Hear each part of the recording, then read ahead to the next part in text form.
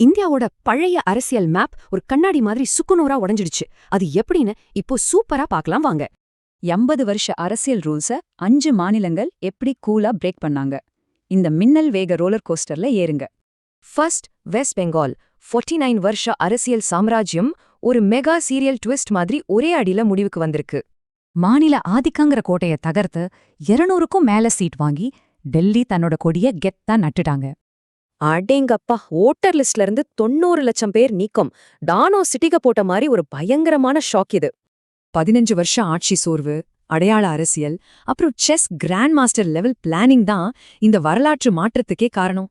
சரி, எல்லா இடத்துலயும் ஆளுங்கட்சி அவுட் தானா? இல்லவே இல்ல. தப்பிச்ச ஒருத்தரை தேடி நாம இப்போ அஸ்ஸாம் பக்கம் பரப்போம். நாடே ஆளுங்கட்சிக்கு எதிரா மாறினப்போ அஸ்ஸாம் மட்டும் ரொம்ப கூலா தற்போதைய அரசாங்கத்துக்கே திரும்பவும் பச்சை கொடி காட்டி மாஸ் பண்ணிட்டாங்க. ஒரு நோட்டோய் மாதிரியான நேரடி பணப்பரிமாற்றம், ஸ்ட்ராங்கான லீடர்ஷிப் இருந்தா மக்கள் கிட்ட ஈஸியா ஃபுல் மார்க் வாங்கிடலாம். இதுதான் அஸ்ஸாம் கத்துக் கொடுத்த பாடம். ஒரு சூப்பர் ஸ்டார் மாஸ் சென்ட்ரி கொடுத்தா என்னாகும்? தமிழ்நாடு பக்கம் வாங்க, 50 வருஷ இரு கட்சி சிஸ்டமே அதிர்ந்துடுச்சு. விஜயோட டிவிகே கட்சி 100க்கும் மேல சீட் ஜெயிச்சு பழைய பாலிடிக்ஸ் ரூல்ஸையே தவிடுபுடியாக்குனது ஒரு உண்மையான பிளாக் பஸ்டர் ஹிட். இதுதான் இந்தியாவின் முதல் ஜென் ஜி தேர்தல். ஸ்மார்ட் போன் யூஸ் பண்ற ஃபர்ஸ்ட் டைம் சிட்டி இளைஞர்கள் தான் இங்கே உண்மையான கேம் சேஞ்சர்ஸ்.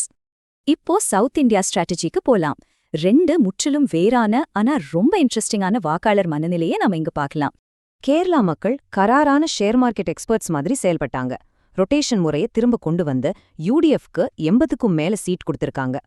இதுக்கு ஆப்போசிட்டா புதுச்சேரியோ டோன்ட் டிஸ்டர்ப் மோட்ல 90% ஓட்டிங்கோட திரும்பவும் என்டிஏ கூட்டணியே ரொம்ப சேஃபா செலக்ட் பண்ணிட்டாங்க. சரி, ஒட்டுமொத்த இந்தியாவுக்கும் செட் ஆகுற இந்த விறுவிறுப்பான பயணத்தோட கிளைமேக்ஸ் மெசேஜ் என்ன? கொஞ்சம் மூச்சு விடுங்க, நான் சொல்றேன். இப்போதைய வாக்காளர்கள் செம்ம ஷார்ப். விசுவாசத்தை விட செயல்பாடு. ட்ரெண்டிங்குக்கு மட்டும்தான் ஓட்டு. பழைய கணக்குகள் எதுவுமே இனி வேலைக்காகாது. இதிலிருந்து என்ன புரியுது? 2029 வெறும் எலெக்ஷன் கிடையாது, அது ஒரு மாபெரும் அரசியல் சுனாமி. கன்ஃபார்மா தேய்க்கப் போகுது.